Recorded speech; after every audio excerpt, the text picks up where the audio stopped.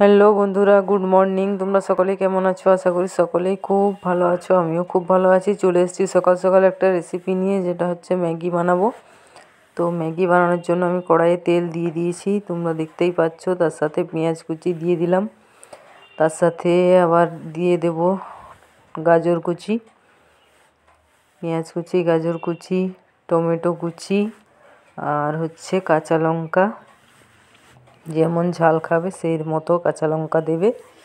এই যে দেখো, সব দিয়ে দিলাম।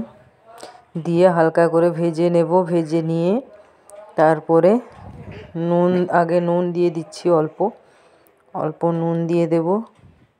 নুন দেওয়ার পরে হালকা ভেজে নেব। ভেজে নিয়ে তারপরে জল দিয়ে দেব।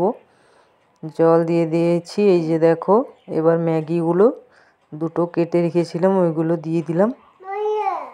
এই যে দেখো, মশলাগুলো দিয়ে দিচ্ছি। ম্যাগিটা ফুটে গেছে, সিদ্ধ হয়ে গেছে, আর একটু সিদ্ধ হবে, তাহলেই হয়ে যাবে রেডি।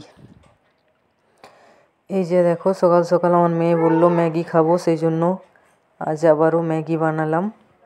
তো ভিডিওটা কেমন লাগলো অবশ্যই বলবে। আরও নতুন নতুন ভিডিও দেখার জন্য আমার চ্যানেলটা অবশ্যই সাবস্ক্রাইব করবে। আরও অনেক ভিডিও আসবে। এই যে দেখো, ম্যাগিটা হয়ে এসছে, আর একটু গাঢ় হয়ে গেলেই নামিয়ে নেব, জলটা শুকিয়ে গেলে। এই যে দেখো, শুকিয়ে গেছে, জলটা অল্প আছে, হালকা হালকা। এই যে দেখো, ঢেলে নিচ্ছি থালার মধ্যে। এবারে তোমরা এটা সস দিয়ে খেতে পারো, বা এটা এমনিও খাওয়া যাবে, খুব সুন্দর লাগে ম্যাগি খেতে। এই যে দেখো, তোমাদের কার কার ম্যাগি খেতে ভালো লাগে কমেন্টে অবশ্যই জানাবে। আর কে কে এভাবে ম্যাগি বানিয়ে খেয়েছো সেটাও জানাবে।